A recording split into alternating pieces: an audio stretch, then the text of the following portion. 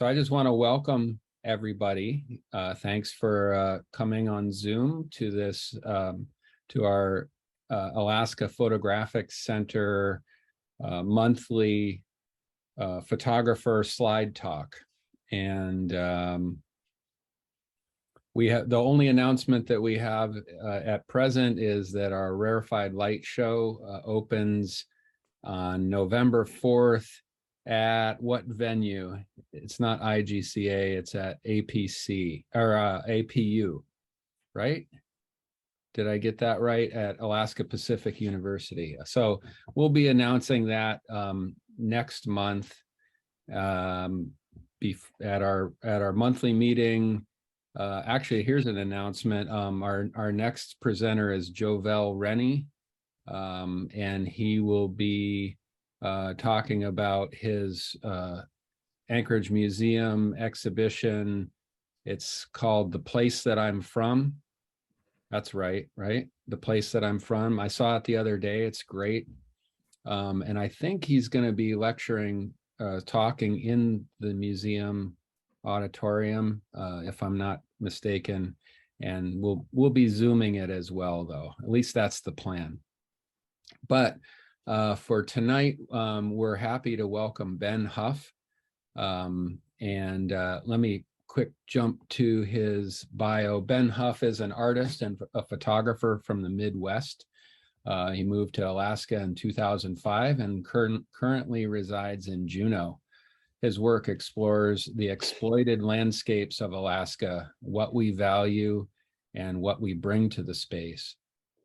Ben was awarded a Rasmuson Fellowship in 2016 and has received grants from the Alaska Humanities Forum, Alaska State Council on the Arts, the Juneau Economic Council, and the Connie Bouchiver Award to continue work on his long-term projects. He was an artist in residence at Lightwork in Syracuse, New York in 2014. His first monograph, The Last Road North, was published by Kehrer Verlag. I hope I said that right. Perfect. In 2015, he has published two artist books with his imprint, the Ice Fog Press. Most recent book was by FW Books, or maybe that's Forward for FW. Either one, it's fine. Yeah. Okay, in 2022. And he's currently working on a long-term project on the Juneau ice field and its surrounding glaciers. So thanks a lot, Ben, for coming to Zoom to talk to us about your work. And so take it away. Thanks, Michael. Yeah, thanks everyone for bearing with me and postponing a week. I got hit with COVID pretty bad last week, and I would have been a pretty miserable guest. So thank you for showing up tonight. I'm going to share my screen here, and we will sort of start at the beginning. I'm going to kind of assume tonight that you're all sort of not aware of sort of what I've been up to over the last several years. So I'm going to kind of start a little bit at the beginning and move through some things kind of quickly, and then get into some things that I'm working on currently. I moved to Alaska in the summer of 2005, and when I was in Fairbanks making pictures, I was actually sort of not new to photography necessarily, but sort of new to the way that I was going to kind of continue to make pictures from that summer in 2005 to sort of the way that I'm working now. I came from a little bit of an editorial background, a little bit of a commercial background through sport as an athlete, moved to Fairbanks in 2005, and long story short, the landscape and that place and the interior specifically sort of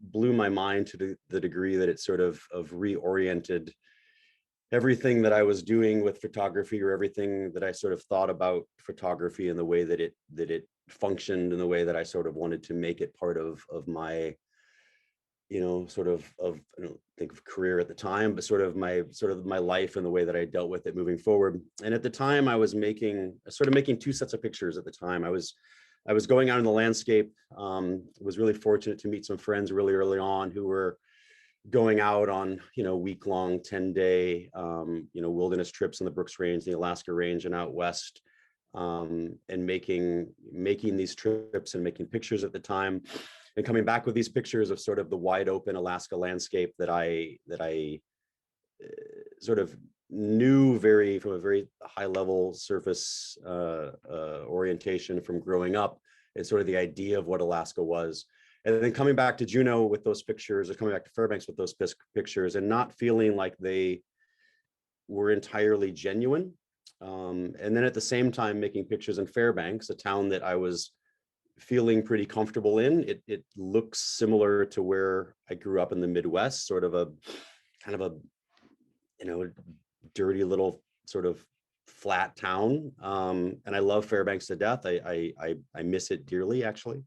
And I was familiar sort of with that, what I felt initially of that sort of the architecture and sort of the physicality of that place. And I was making pictures of Fairbanks, and those pictures also didn't feel all that genuine to me. And in 2006 or late 2005, my wife and I drove up the Haul Road a little ways to the Arctic Circle, because it's kind of what you do. And that drive, 150 or so miles of the 500 miles that is the Haul Road, really sort of started my mind sort of turning as to this sort of idea of these pictures I was making in the wilderness that didn't seem sort of complete to me, and the pictures I was making in Fairbanks that didn't seem sort of complete to me.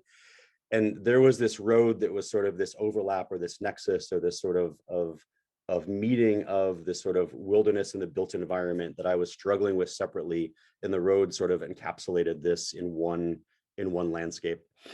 At that point, we had just driven, a third of the way on the road at that point. But I went back and did a little bit of research and sort of planned that next trip. That next trip for me, well, a couple trips later, was my first bringing of the 4x5 camera into my process, and sort of started the beginning of what would become sort of my first project, the first thing that resulted in a book, which is sort of how I see work, and kind of when I'm making work, whatever that sort of end sort of a finality is going to be, is always the form of the book. This was the first project that was kind of the first thing that I ever finished, really, right? It started many things, and things kind of fits and starts, and things that couldn't hold my attention, or things that ultimately sort of ran out of gas but didn't sort of come to a finality. And The Last Road North was the first thing that was something that I felt that I made that was that had sort of my my voice, was something that I felt had some authorship that belonged to me. So the project itself was, there's a lot of things, but it was sort of born from this idea, within photography, we have this sort of this history and this great lineage of the road trip, right? We think of Alaska or Western United States photographers going out on the road, whether it was Robert Frank or Sternfeld or Stephen Shore or Dorothea Lange with FSA program. And I sort of had this idea that if you were moving west through the landscape, and you're pushing west from where I grew up in the Midwest, or where I later settled in Colorado before moving to Fairbanks, you move west, and eventually you hit the Pacific Ocean, and you've run out of west. There's nowhere else to go. What recourse do you have? You turn north, and you go rights, and you go lefts, and eventually you find yourself in Fairbanks, and you continue north, and you hit the Haul Road. And once you hit the Haul Road, there is no more east or west. There are no more crossroads or off ramps. There is just, advancing or retreating. And on one side of the road, you always have this sort of idea of wilderness.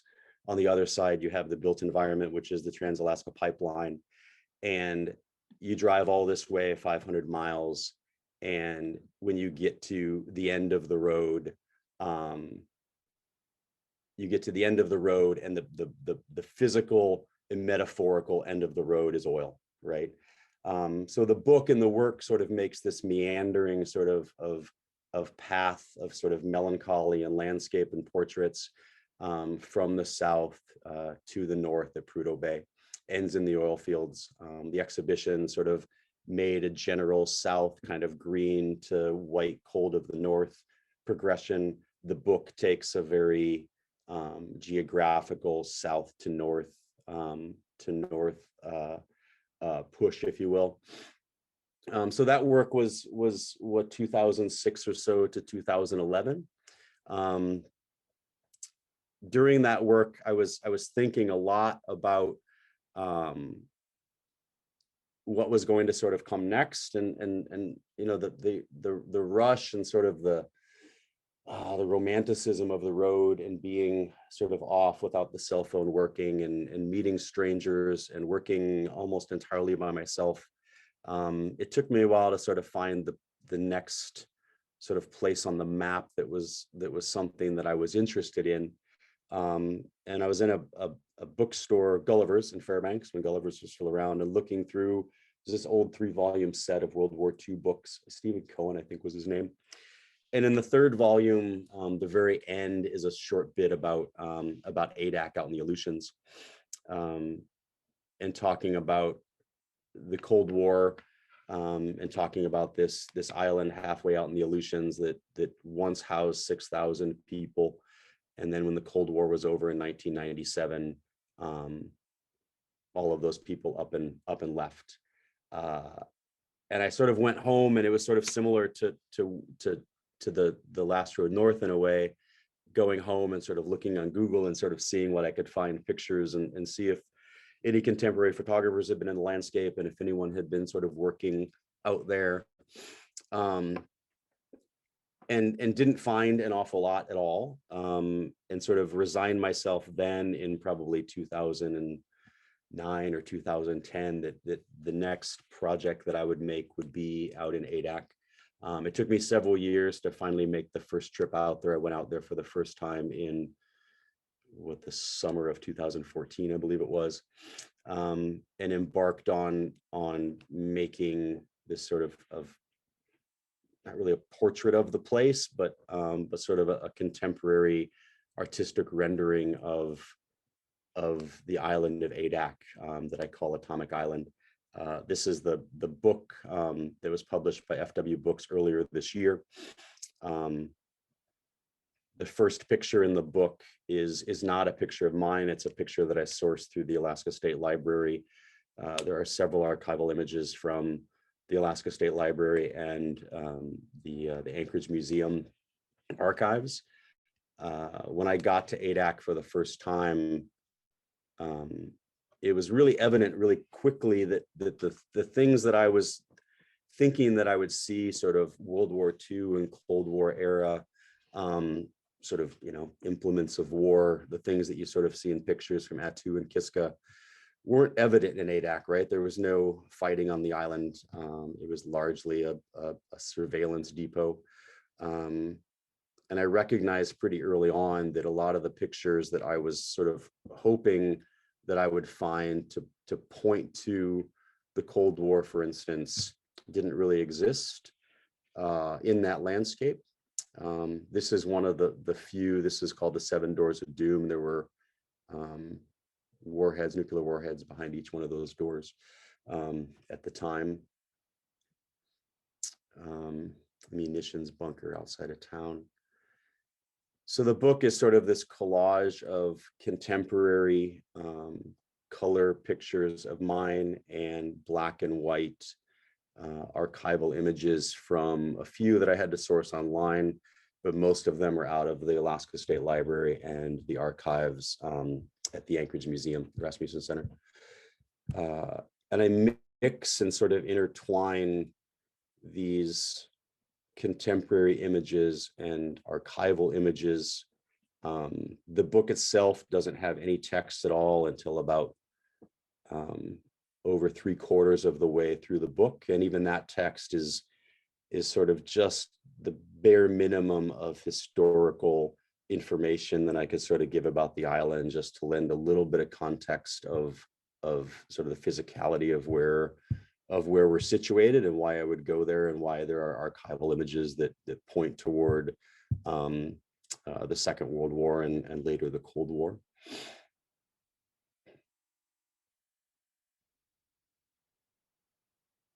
So this mixing of color and black and white photography, mine and others. The book, the work itself, never sort of intended to be a work of journalism. I wanted it to be a little bit more abstract than that. It carries some of the sort of melancholy, I think, that The Last Road North did, this sort of interrogation of the landscape and our place in it, right? I was really interested in, this idea of a landscape, on Aleutian Island that was, before World War II, largely uninhabited, and sort of built from whole cloth, buildings constructed that were the same buildings that would be at any army base in the country, and sort of cared for and held to the standards of being sort of utmost importance until someone decided one day that it just wasn't important anymore. And 6,000 people that inhabited the island left, and they took everything that they loved with them, and the buildings remain. And what does it look like when people walk away from a space? What does it look like when the landscape begins to encroach on the built environment again? You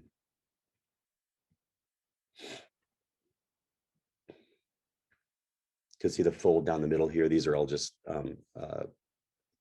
screen grabs from the PDF of the actual book. So these are not individual images, but spreads from the book. This picture here of Kanakin, that was out in Amchatka, that wasn't actually on ADAC.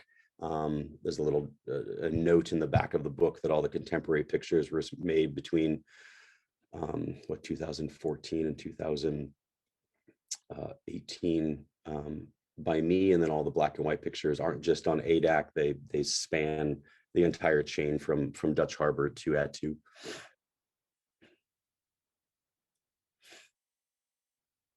The appropriation of these military quonsets into like hunting cabins. A lot of targets and flags and guns and artillery.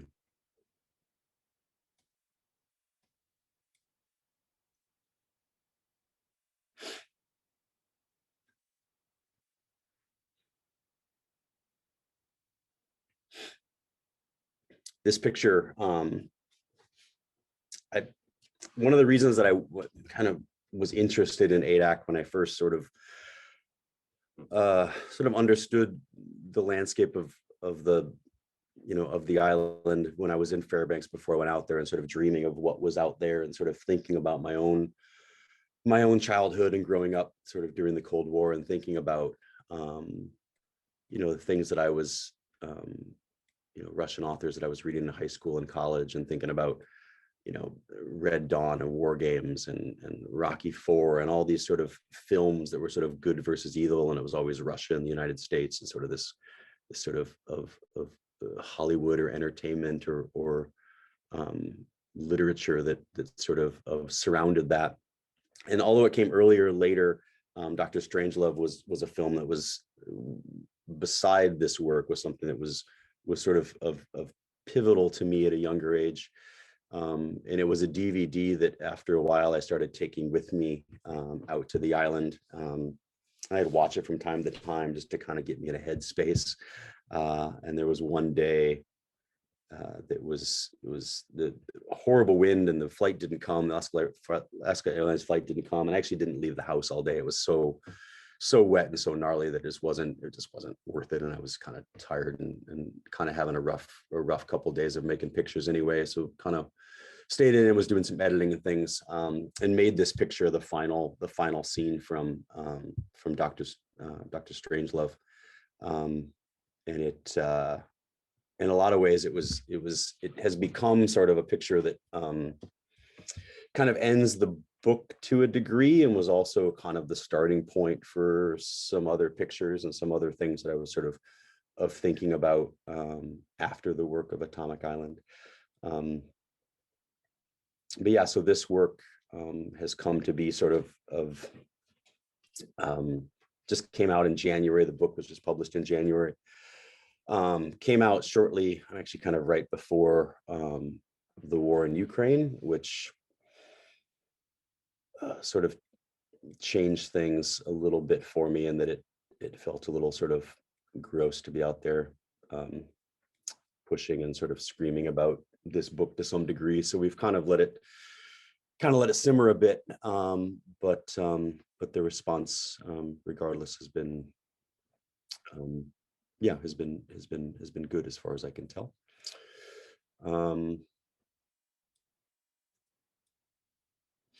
Latent Landscapes was a work that I started. I'm actually still working on it. Something I do every winter, just as kind of a matter of habit, if anything. When I first moved to Fairbanks in the winter of 2010, I was teaching at the time, so I went back to the spring of 2011 and taught for a bit at UAF, Charles and Jason, and then moved back down with my wife to Juneau. I was thinking a lot when I moved to Juneau about this idea of sort of communication, and sort of recognizing that there was this really wonderful artistic community in Fairbanks, and I was maybe at the time, maybe even took it for granted to some degree, and was missing Fairbanks a bit, and also making a lot of pictures that weren't sort of working, and starting a lot of projects that were kind of falling flat, and things were not. I was kind of starting and stopping a lot of things. And I've always been really interested in the idea of the typology. And I started thinking about these satellite dishes that I was seeing in Juneau, and thinking about them visually, and thinking about the architecture and sort of the way that they're framed, but then also sort of thinking about them from the context of communication, and this idea of sort of digital communication. It went out with the 4x5, mostly in fall and winter and late spring, or early spring, I should say, when it's still dark out, and making these 4 to 6 minute exposures with the 4x5, all sort of rendered the same way, with these satellite dishes right in the middle of the frame, and sort of thinking about the physicality of the image, but also thinking about what was the possibility that was happening in that 4 to 6 minutes when the shutter was open, right? Like what's moving through these dishes, right? Like what is it that we're consuming? And just started making these pictures off and on. I've been making them off and on now for years. And I kind of have a list of them. I have little iPhone pictures of them, and I sort of check them off, and I'll make one, and maybe the light's not quite right, or I think, oh, that would be really great in the snow. It's been something I've been kind of picking around a lot about for several years now. The idea of latent landscapes is the idea, one, of landscape, and is architecture landscape, is portrait landscape. Like what defines a landscape? Is it about horizon? Is it about art, sort of what is it that makes it a landscape picture? And then this idea of latency, right? Like we know about latency in photography, but the same latency within technology is that time between when a signal is sent and a signal is received. I'm interested in that sort of time in between. So these pictures are as much about the physicality of what's in front of us as it is the time that it took that exposure to be made. Which takes me here, I guess, to the last sort of thing that I've been working on now for for a few years is this project called The Light That Got Lost. That's been, and it's kind of had a few different lives since I started it, but I guess we'll kind of start at the beginning. When I moved to Juneau in winter 2010, the summer 2011, we have a glacier right out the back door here, Mendenhall Glacier, which is right inside the city limits.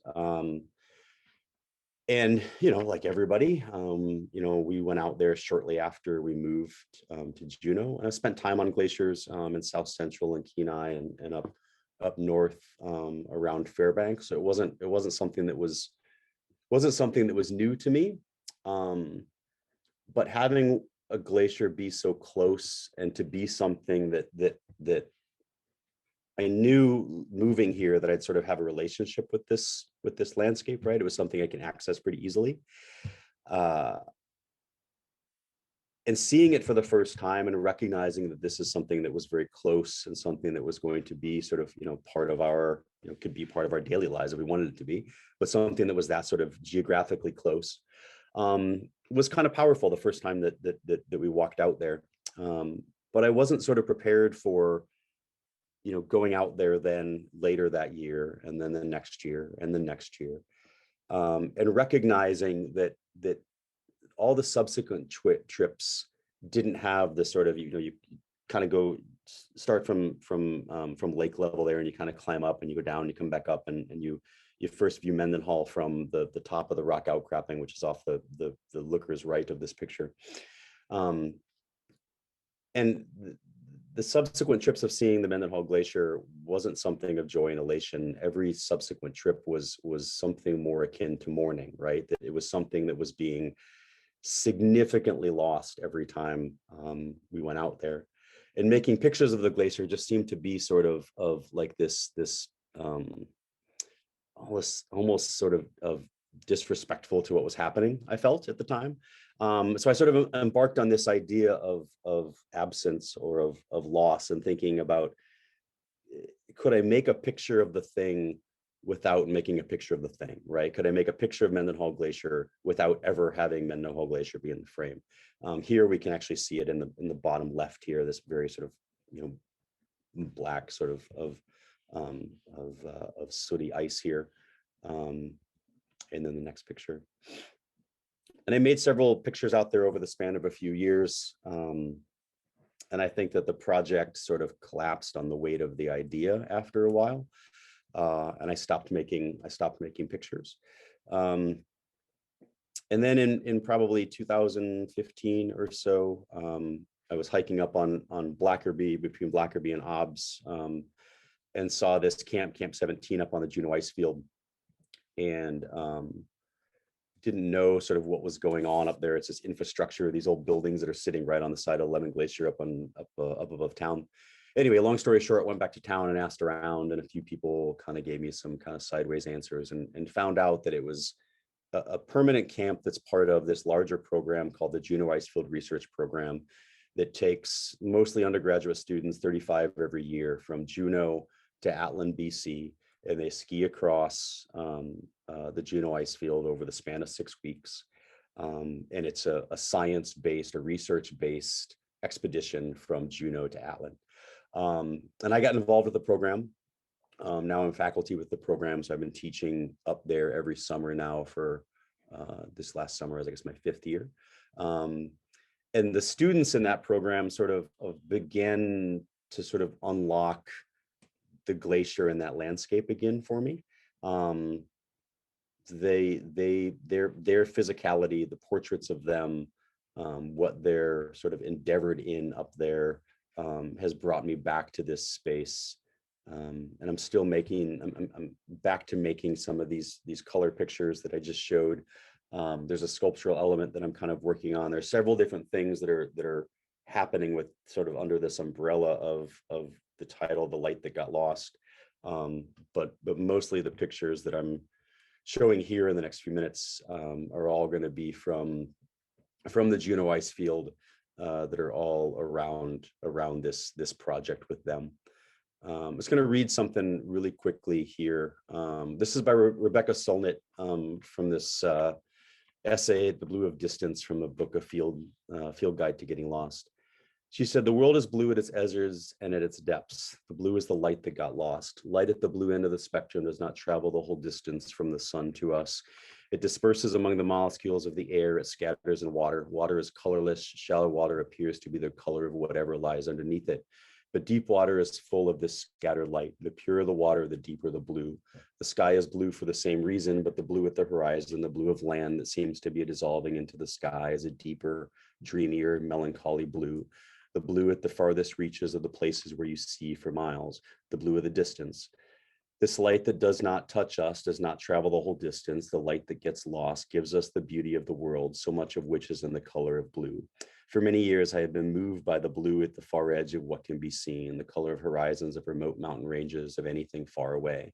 The color of that distance is the color of an emotion, the color of solitude, of desire, the color of there seen from here, the color of where you are not, and the color of where you can never go. For the blue is not the place those miles away at the horizon, but at the atmospheric distance between you and the mountains. This particular essay and these particular two paragraphs hit me really hard when I read this a few years ago. And if you know Rebecca Solnit's work at all, she's a very sort of romantic writer, I feel. But she's also very precise, and she uses the line, the light that got lost, twice within the span of two paragraphs here, which I always sort of felt was very, felt sort of fascinating, because it was sort of curious to me. And I kind of hijacked that line to some degree as the title of this project, in that it's a little bit ambiguous. It sort of kind of feels like maybe it's going somewhere and the pictures sort of head somewhere else. But the pictures are a lot of portraits of students, the architecture that exists on the ice field, aerials, pictures that I've taken up there that aren't part of the program at all, but just in the landscape. And it's really, I've been working on this work for a few years now, but the time with the students, I only get 2 or 3 weeks every summer. So it spans several years, but the time making pictures has been really, really small. And to be quite honest, it's something that I'm still, and this isn't a dodge. I kind of love this time in a project where things are still a little not shaky, but just not, I'm open to a lot of things at this point, and not everything's sort of set. I thought for the longest time that the portraits would be black and white and the landscapes would be all color. I'm reevaluating that now, not even really reevaluating it. I've sort of committed to strip the color from mostly everything in the photos, which was oddly not scary, but sort of something that I think I resisted for a really long time, but now sort of feels right. The portraits are all back again with the 4x5. Some of the architecture is 4x5. Most of the landscapes and being out on the ice are digital capture. Just has a flexibility that I can't get with the 4x5, obviously.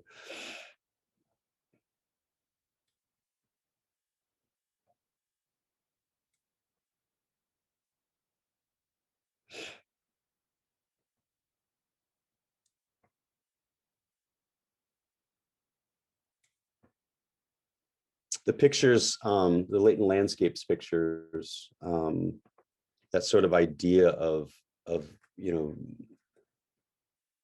time between when a signal is sent and when a signal is received, and this the kind of the beginning of this idea of making pictures of something that isn't there. I hadn't really made this connection until I started making pictures out of the Mendenhall and sort of recognizing that in a lot of ways I was sort of kind of dealing with the same question there, right? This idea of absence, and trying to use photography in a way that it's not really suited. These pictures are sort of going back to just a very sort of formal, very pictorial way of working.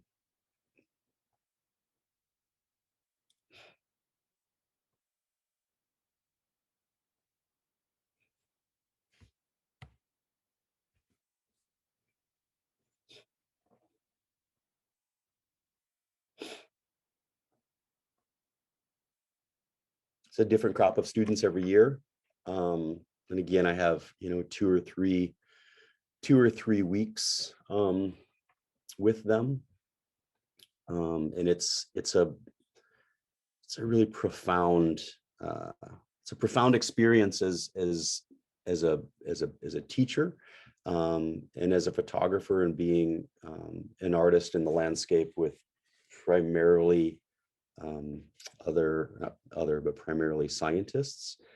A lot of the work that I've done, most of the work that I've done up to this point, has always been working with, you know, making pictures largely of strangers, right? When I was working on the Hall Road for the Last Road North, a couple of the people pictured in the book are people that I've kept in contact with, couple people I know. Predominantly, they're all strangers, right? People that I never really expected to see again. I usually take an email, and if they wanted a print, send a print. One of the guys in the book, his mom contacts me every once in a while, but I haven't heard from him since I made the picture. In the work in ADAC as well, you know, I made some friends out there, and some folks that I would stay with when I would go. But largely, it was still sort of making pictures, and having this very intense exchange in a moment of making a picture, but then that relationship, you know, that it sort of exists within the context of that picture, and nothing more. This has been a different experience, right? In that I'm spending a pretty intense amount of time with them during that short period. But then, you know, with many of them, continuing to have conversations later. So there's it sounds sort of corny, maybe. There's a closeness involved with the work that I haven't, that my experience as a photographer, and sort of the way that I work as an artist, hasn't always been there. Editorial work is sort of different, but it's been profound.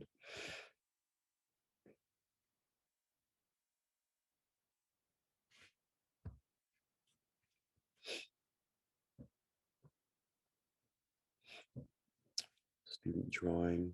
Zach lives here in Juneau. Water catchment.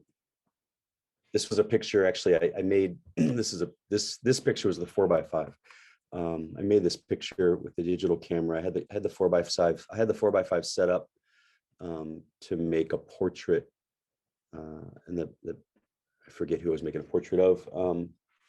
Whoever it was not. They were late doing something, which was fine. And I was kind of hanging out, and had the 4x5 set up. I was making a picture sort of with them on a rock, sort of off my right shoulder here. And I made a picture with the digital camera that I had on my shoulder. And then as I was standing there, made a picture with the 4x5 of this scene. And I got home, and this was 2019, right before COVID. And I got home, and I processed all the film of the student portraits. And I had this sheet of film, and I had it processed. I didn't look at it. I just kind of had it in the box, and I was going through all the student portraits and trying to get all those done to get them sent out to them. And had a color picture, a digital picture of this, you know, and the tarp in the middle here is blue. And it's bright day, and it's garish, and it's sort of all you can see. And it wasn't a successful picture at all.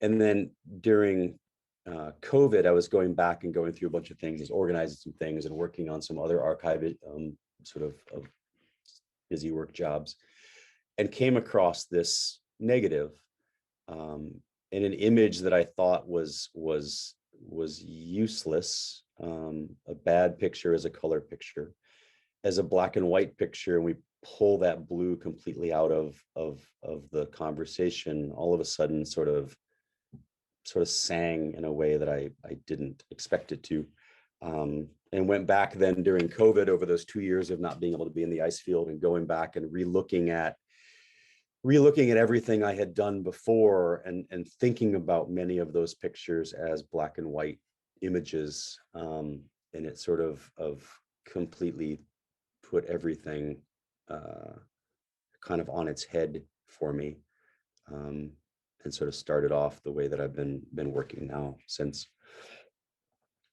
So xenoliths, Raven,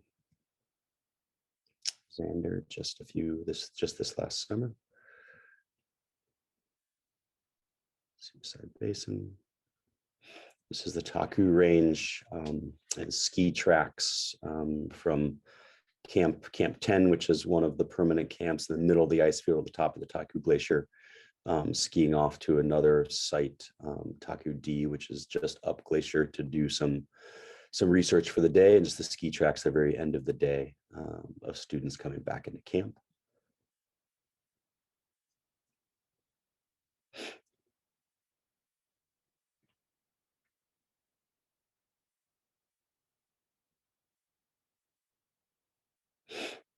I sort of see them as, to get sort of too overly sort of romantic about it all, but the way that they sort of unlocked this landscape again for me was that I think sort of a lot of what I read and sort of the things that I'm even drawn to, if I'm being honest, as an artist, as a photographer, as a human being, are often sort of, you know, sort of doom and gloom climate change stories. And I think those stories and those photographs need to be made, need to be written. But these students, to some degree, sort of, I won't go as far as to use the word hope, and I just did, but I think it's sort of a word that is a little loaded for me, I think. But I see them as sort of our future understanding of the place. And I wanted to sort of make pictures of them that had some of that sort of gravitas.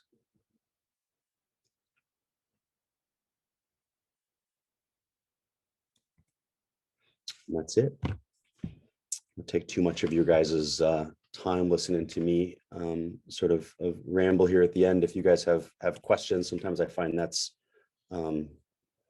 as interesting as anything.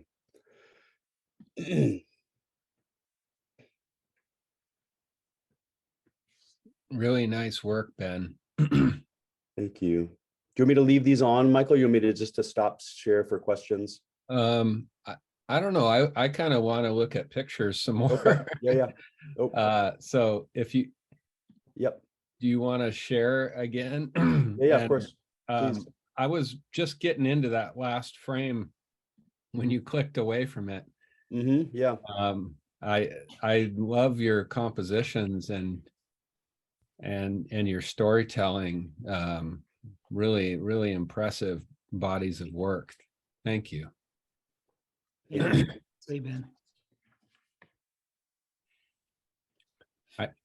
I got technical questions for you, but maybe we'll wait on those because who really wants to answer those? How did you make this? Yeah, I'll answer anything. I'll hold it. Okay. See if anybody else. Yeah, of course. Has a content question. That's just a gorgeous image you got up there. God. Thank you. Thanks. Yeah, this is Camp 17. This is from a great distance, but the first camp that I saw that sort of led me to this project, to this landscape, is this is this scene, not from this close from up on the ridge, but this was the first camp that kind of got me interested in the program and in the landscape in general. Yeah. Looks like Jonas has a question. Oh, hi, Jonas, please. Hey there. First off, thank you so much for sharing your work. I really appreciate it. And it's Thank really you. Yeah, thank you. this opportunity. I also, I was just curious, you've talked about how the process in this most recent work has kind of really changed and revitalized your approach to the work. And I was curious if it's made you think at all about returning to any of your previous work, or kind of the same lens or approach to similar concepts that you've already worked on before. To return to old landscapes, no. I'm no, I would love to go to ADAC again. I'd love to go and hang out. There's some places on that island that I would love to go and spend some more time.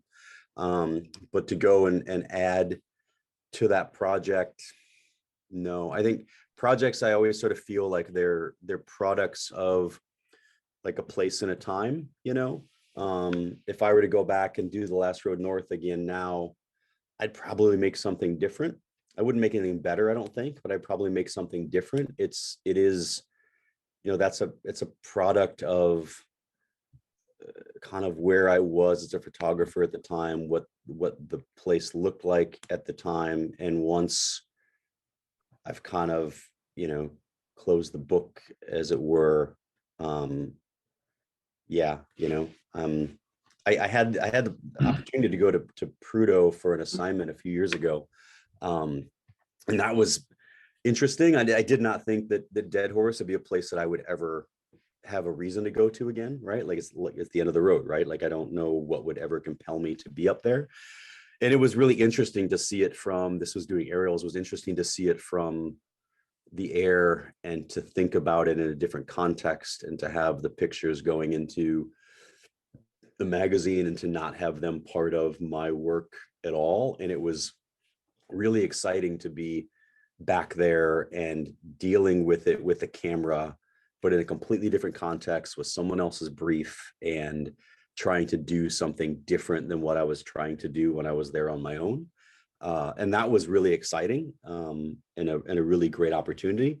But to go back and to try to add to something or to refashion something, I have a really limited emotional bandwidth for things too, that once something's done, it's got to be kind of done. Yeah. May I jump in real quick? Yeah, please. All right. Yeah, thanks, Ben. My name is Matt Johnson, and Hi, Matt. I Thanks. have a question, but Yeah. boy, a lot of those images of Juneau really resonated with me. We lived in Juneau when I was a kid, from kindergarten through 6th grade, and we lived right downtown, and it was just a great place to be a kid. Yeah. And there was a bunch of us, and we did all kinds of stuff, and just seeing some of those images of the homes really took me back. And I know that wasn't your intention to make a nostalgic image for a former Juneauite, but it did really hit me.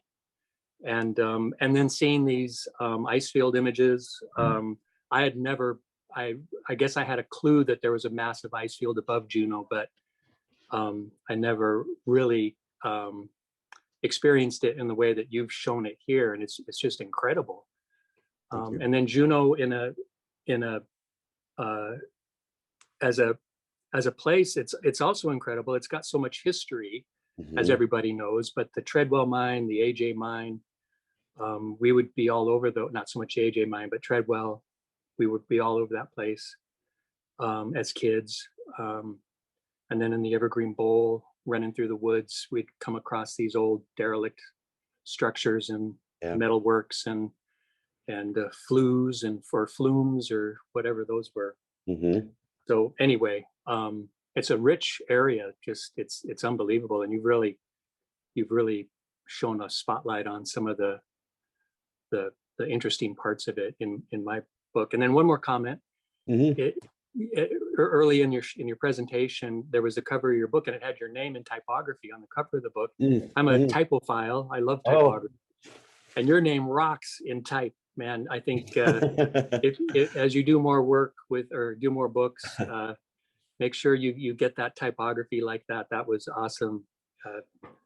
Two lines, sans serif, bam, look great. Yeah. Hans Gremmen was the designer for Atomic Island with FW, and he's he's one of the best. This cover made me really nervous when I first saw it, but it's worked. So thank you. All right, thank you. Thank you very much. So we have a question in the chat.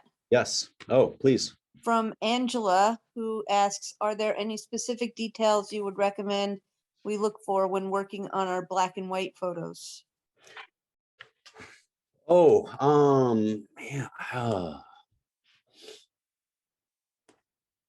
I don't know that I'm really the guy to answer that question, to be quite honest. It's funny, I haven't, I won't say that black and white's new to me, because that's not true. But I have really, in the last couple years, had to sort of kind of go back to school a bit myself, with just black and white and editing, and going back, and I mean, to be honest, looking at black and white pictures by other photographers, and just sort of, I think for the long time I was very much, I was only making color work. I was looking at a lot of color work. I was only editing color work. And for me, it just kind of comes through doing. And it's still taking me a while to sort of find my footing in moving back and forth. I've always mixed black and white with color. Even there was some black and white pictures in The Last Road North, but I haven't done, latent landscapes was sort of a little bit different. Portraiture kind of throws things, is much more difficult just tonally with skin. But to be quite honest, I think you and I are kind of in the same boat. To be honest, there's a lot of things that I'm still sort of learning and working out myself, Yeah. Doing stuff. What? So Ben, there's another question in at Oh, the yeah. direct chat to me. Can you talk a little bit about the process of turning a project into a physical book? Yeah. There's so many different ways to do it, right? Books are a huge, they're Did you get that? huge is such sort of a flimsy word. It's the way that I think about work, right? Like when I'm making a project, I'm always thinking about the book. If I go, like for ADAC, for instance, when I was making Atomic Island, I would go and make pictures, and I'd come back and I'd sit on those pictures for a while, and then I'd make little 4x5 prints, and I'd take those little 4x5 prints with me when I go back on the next trip. And I'm thinking about like how pictures play with each other. I'm thinking about sort of the conversation that pictures might have on pages. I'm always sort of, even though nothing's set in stone, I'm always sort of thinking about how things look or feel when they're on a page, and then you turn to the next and to the next. But to go back to the beginning, when I was working on The Last Road North, the project, and Charles saw a lot of these when I was working on this at the time, I would come back and I would make these little almost chapbooks, right? So like 12 pages, and I'd print them on an inkjet printer, and I'd staple bind them. And they were like little short stories within a larger context, right? So maybe I'd have a little booklet of portraits, or a little booklet of landscapes just from one little spot of the road, or maybe I'd have a little booklet that would be all objects or all vehicles, and then that would kind of help me envision what maybe something bigger would be. The Last Road North was actually I shouldn't say it's an easy edit, because I banged my head against the wall probably more than I should have with it, but it was very linear. It started roughly at the beginning of the road, mile 1, and ended at the end of the road, mile 414 or whatever it is, right? So I kind of had very strict sort of rule as to where the book went from front cover to back cover. And I made physical, I don't have one at arm's length here, but I made physical mock-ups, hardcover mock-ups of that book, hand stitched them, linen cloth and end papers. Like it was a little bit sloppy, because I'm not a bookbinder by trade, but it ended up looking like a hardcover book. And I did the same thing with Atomic Island. And that process of making the smaller books, making the large books, knowing that to make a physical, even one copy, just takes so much fucking time, that it had to be taken seriously, right? Like I had to be really confident in the edit and in the sequencing and the number of pages, and kind of how did it look and feel and taste the way that I wanted the book to look and feel and taste, right? Like I always think about it as not, it's a feeling, right? Like how do I want this to like physically, you know, feel, but how do I like, what's the tone that what's the tenor, the flavor that I want it to be? And then in both cases, that mock-up of The Last Road North, I met with a few publishers, Kehrer Verlag, who published the first book. You know, I handed the acquisitions editor, I handed her a physical mock-up of the book. And I essentially said, this is, you know, I can only get it this far. And I would love if you could help me, like, you know, make it more than this one thing. And I was, you know, I mean, incredibly, even now in retrospect, incredibly fortunate that she could sort of see it and recognize that, that they could take it on and you know, and make it. So they took it on and published it and made, you know, about 1,500, 2,000 copies, whatever it was. And then a very similar thing with Atomic Island. But here in the studio too, I mean, I'm again, I don't have anything here at arm's reach, but I'm constantly making little booklets of The Last Road, I mean, excuse me, The Light That Got Lost, that I'm working on now. This is, you know, I'm not even close to being at the end of this project. I can't even right now see sort of what it looks like. I can't even like see over the mound of, you know, it's not even, can't see it, but I can put together and see little pieces of it, and start to feel again that sort of flavor and tenor and feel of what it might be at the end, which hopefully again will be a book. And from the beginning, the intent, like I didn't think that anybody would ever publish The Last Road North, but the idea was always to make a book, right? Even if I made, you know, 6 hardcover copies and gave away 5 of them and kept one on my studio shelf, like that at the time, that for me was like a success, you know.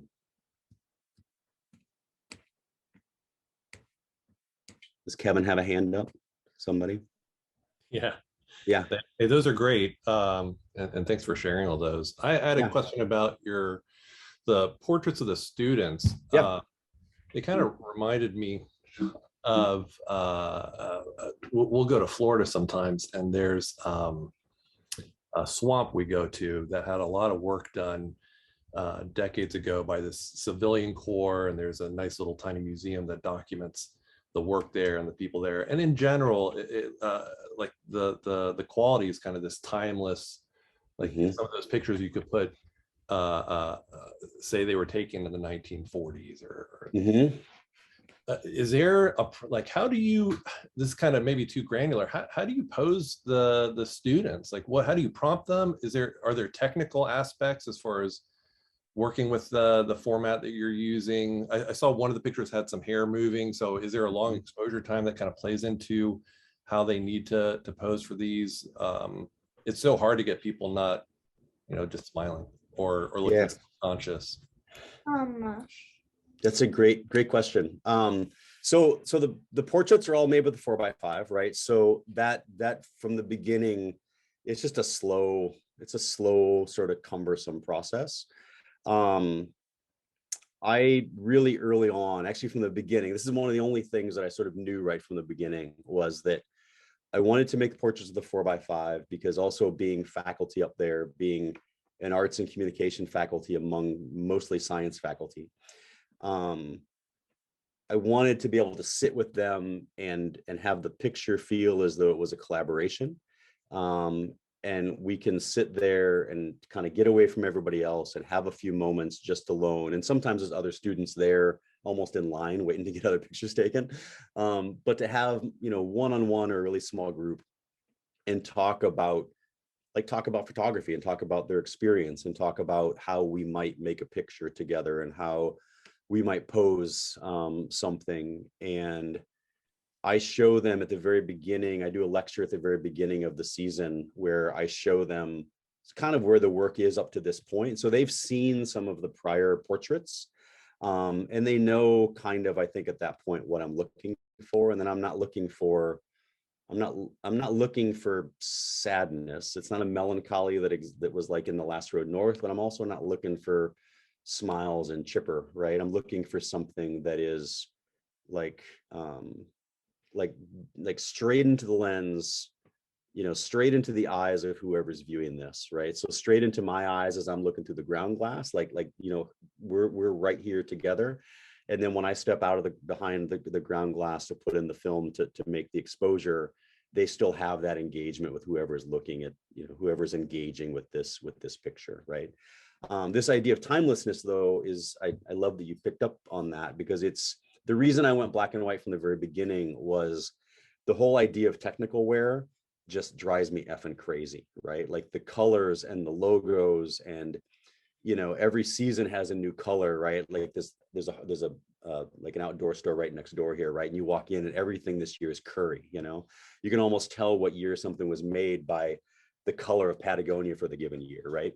And I'm a consumer of that stuff too. Like I don't have a problem with that, but I don't want it all there to be a viewer to look at the work and to, for an instant, have their mind go Patagonia catalog. You know what I mean? I'll often sort of pose them such that I can blur out a logo, or with the 4x5, I can sort of tilt and swing to maybe, sort of cross out a logo to some degree out of focus. But I do sort of want them to feel, and I think black and white sort of does most of that heavy lifting. But I do sort of want there to be, to look at the portraits to some degree. And with some of them, it's obvious kind of when they were made, but then some of them, will have that quality. They could be students a decade ago or 2 decades ago. And I love that, it's, and kind of the rest of the work, sort of going away from color to black and white. Part of that was a similar sort of thing, that it kind of puts it more in line with the portraits. And you get up there on a sunny day and it's nothing but blue sky, and it's just so hard to deal with in color, like it's impossible. Which doesn't answer that question, but yeah, I don't know if that answered your question. It did. Kevin, Thank you. Okay, yeah, absolutely. Appreciate it. Thank you. So are you shooting black and white film now? So all the portraits, so all the portraits are black and white film with the 4x5. Some architecture with the 4x5 of black and white film, and then everything else is digital capture that I can review in black and white on the camera, which is sort of nice. But I mean, they're color files, which is great because I can still manipulate all that color information, right? But it's a mix between the two, which is kind of the biggest, from a technical standpoint, it's kind of the biggest challenge is to mix the 4x5 and a D850 and try to have them look as though they came from the same place, as close as I can, which is something I'm still kind of working out, to be honest. But yeah. Do you get into the dark room at all? I don't. No, I wouldn't dare. No, I send it all out to get it processed, and then everything. Yeah, I mean, everything's digital at some point, right? Everything. I print everything digitally. Yeah.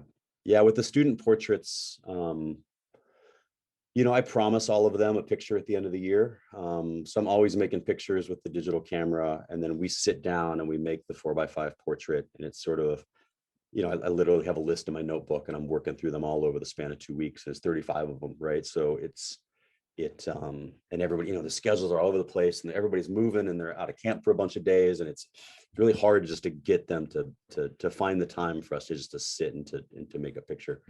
I'll take, 2 exposures, right? One and then one for insurance, and maybe a third if I'm feeling like things aren't working, or if I know it's really, really good. So at the end of the season, to be able to, I know that there's only going to be, out of those 35, if I'm lucky, maybe 5 that I think are like really good portraits, but I still have to have one portrait of each student that's good technically, like at least good enough that I can send to them and say, here's your portrait, thank you. And if I was processing my own film, I would, yeah, there's no way I would get 100%, which would just be horrible. So anyway, yeah. Can you scroll through a few? And I do believe there's a question in the chat. Yeah. I gotta Start at the beginning here. Yeah. What was the question in the chat here? Let me find it. It's about Ice Fog Press. Oh, lost it. I'll read the chat question to you. Okay, thank you. Can you speak about Ice Fog Press and how that came about? This is from Young Kim, one of our board members. I love the North Woods you put out with Barbara, and was wondering how, if at all, the way you think about editing and sequencing change when working with bodies of work from other photographers. Yeah, so thanks for the question, Young. I really appreciate it. The Ice Fog Press really came from, it was something that I was thinking about a lot when I was in Fairbanks, and I was making those small books.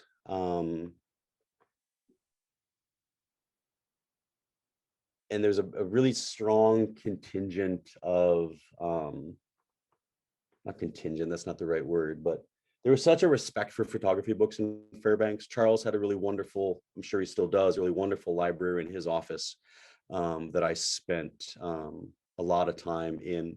Our mutual friend, Dennis Whitmer, who sadly just passed recently, had the biggest library that I've ever seen. So, they've always been, photography books have always been really, really important to me. And I've always wanted to sort of work on, like, I work so slow, right? So I'm always making these little books of my own work, and my projects take for freaking ever, and I'm always in my head. And Ice Fog Press seemed like a really interesting way to make books, to make the small, like, sort of tactile, handmade things that I was making of my own work, but step away from the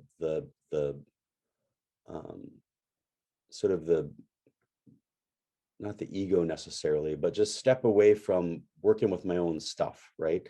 And make books in the same way of other artists that I really admire, and make books that are sort of Alaska centric or North centric, and see if we could make things that were sort of these little kind of esoteric little things, and sort of an excuse for me to work with other artists that I really admire, and artists who also deal with books, right? So Dennis was the first book that I made, this little book called Fairbanks in Winter. And then we did Barrow Cabins with Eric Johnson from Seattle. And then the North Woods with Barbara Barsworth, and Emily, her assistant, who's also a wonderful bookmaker in her own right. And it's just this excuse to make things with people that also really love the medium, right? Like there's this shared language and vocabulary and love of printed matter and of the book that we just sort of slide into. And I can make something without being encumbered with it being my own work. I can come at it completely clear-headed,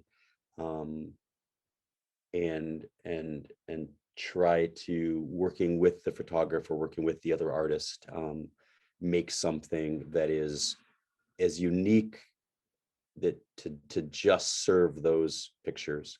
within this really constrained little process that I have of double-sided inkjet paper, right? Sewn bindings. I can really only do 10 sheets of paper folded to make a book work. So I have really tight parameters on what I can do. And we make these really wonderful, I think, really wonderful little objects of work that I love, that maybe wouldn't, and Barbara's work's a little bit different because it can and it does and it did, but maybe couldn't work in like a full-on hardcover monograph form. They're more like short stories versus novels, and they just sort of work in that little format. So I don't know if that entirely answers your question, Young, but I really appreciate the question.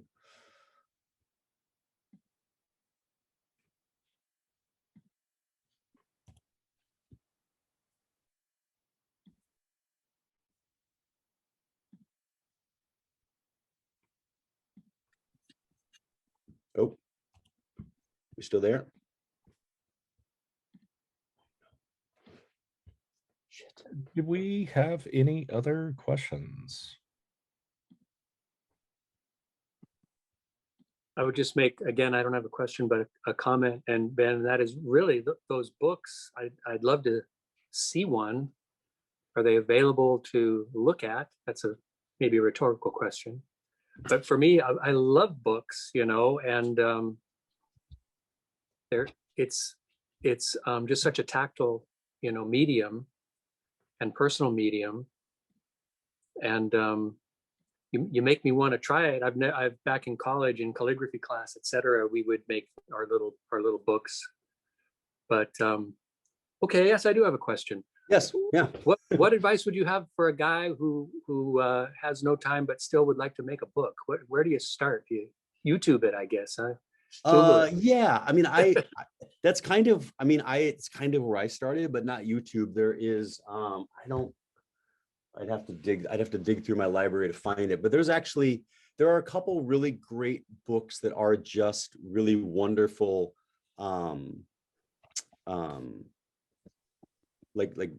steps on how to physically make a book, right? Like a full-on hardcover book, or a staple bound or a perfect bound. Like there's all sorts of different ways of physically making them. But a lot of it was just sitting down with books that I like, and like literally looking at them from not a content standpoint, but like a physical construction standpoint, if that makes sense. Everything from, staple bound book to a big hardcover, and sort of recognizing that there's the mass produced way to make 1,000 copies, but there's also, a way to new project is called break that down. Binding. This structure was developed by Gary Frost in the mid 80s. That's me. Sorry. Oh, no, that's all right. Yeah, so there's a million places to, online and books to find sort of the physicality of exactly how to do it. And I think it's easier than one might think. And I'm a great procrastinator. Like I'll always have, a bunch of tools sitting around, and like, oh God, I want to make this thing. I got to make it. And if I screw it up, I got to start over. And gosh, it's such a big deal. And it's going to take such a long time. And then I start it and I'm like, oh, that's not so bad, and it never takes quite as long as I think. And at the end of the day, it's only paper,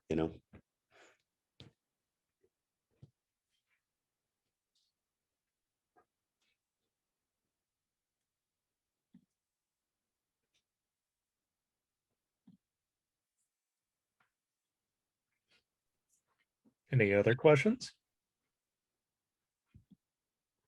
Oh, hey, I have a quick thing I wanted to mention to anybody who's interested in making books. Jimmy Reardon, who's an Anchorage artist, book artist, has his self-publishing imprint is called Rabbit Press. Yep.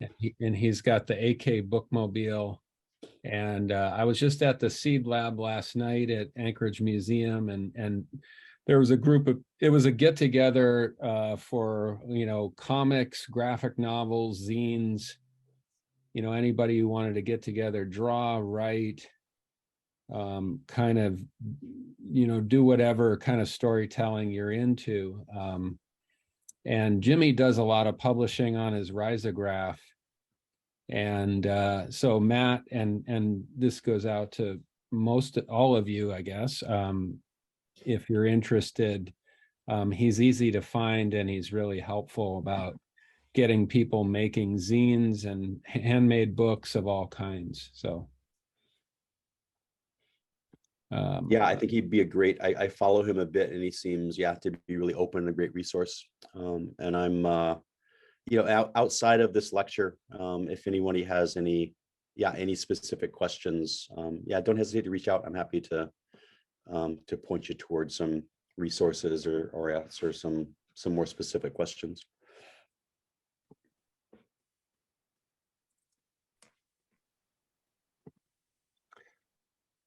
Well, maybe on that note, we can let you off the hook, Ben, and enjoy the rest of your evening. Yeah, thank you so much, guys. I really appreciate everyone's time tonight. Thank you very much. We appreciate your time. Thanks. Great stuff. Really enjoyed it, Ben. Keep going. Great. Thank you very much, guys. Thank you so much.